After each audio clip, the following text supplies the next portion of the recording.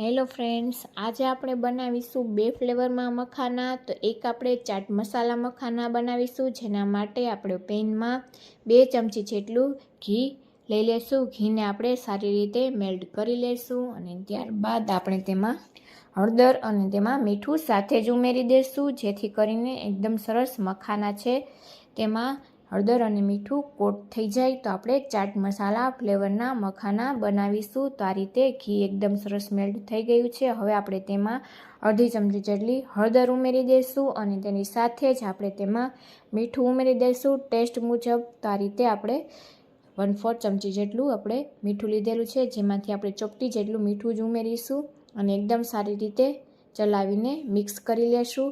અને ત્યારબાદ આપણે મખાનાને ઉમેરી દઈશું અને ફ્લેમ છે તે આપણે સાવ સ્લો જ રાખીશું અને સતત આપણે તેને 7 મિનિટ જેવું ચલાવી લીધેલું. તમને બતાવું તો આ રીતે મખાના આપણા એકદમ તૂટી જાય તેવા ક્રિસ્પી બને ત્યાં સુધી આપણે તેને થવા દીધેલા. તો એકદમ સરસ મખાના આપણા બનીને તૈયાર થઈ ગયા છે. હવે આપણે ફ્લેમ બંધ કરી દઈશું અને ત્યારબાદ ઉપરથી આપણે ચપટી જેટલો ચાટ મસાલો ઉમેરીશું અને એકદમ સરસ મિક્સ કરી લેશું.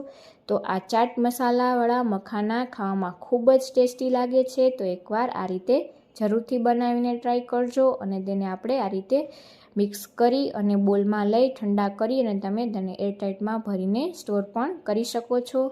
તો આપણા મખાના બનીને તૈયાર છે. અને એ જ રીતે આપણે બીજા બનાવીશું મેગી મસાલા ફ્લેવરના મખાના. તો એ મખાના બનાવવા માટે આપણે પેનમાં ઘી ઉમેરીશું 2 ચમચી જેટલું.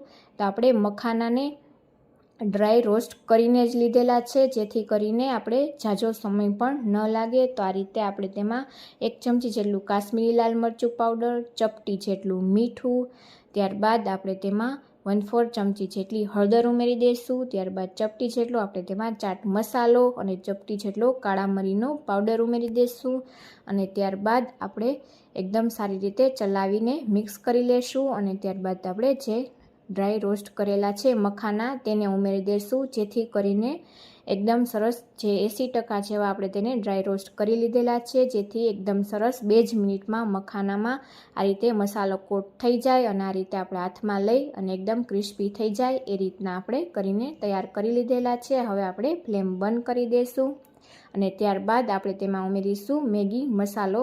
તો આ રીતે મેગી મસાલો ઉમેરી 1 ચમચી ઉપરથી ઘી ઉમેરી દઈશું અને એકદમ સરસ ગરમ ગરમમાં જ આપણે મિક્સ કરી લેશું. તો એકદમ સરસ આપણા ટેસ્ટી એવા મેગી મસાલા ફ્લેવરના મખાના પણ તૈયાર છે. વિડીયો ગમ્યો હોય તો લાઈક કરજો, શેર કરજો, ચેનલને સબસ્ક્રાઈબ કરજો. Thank you.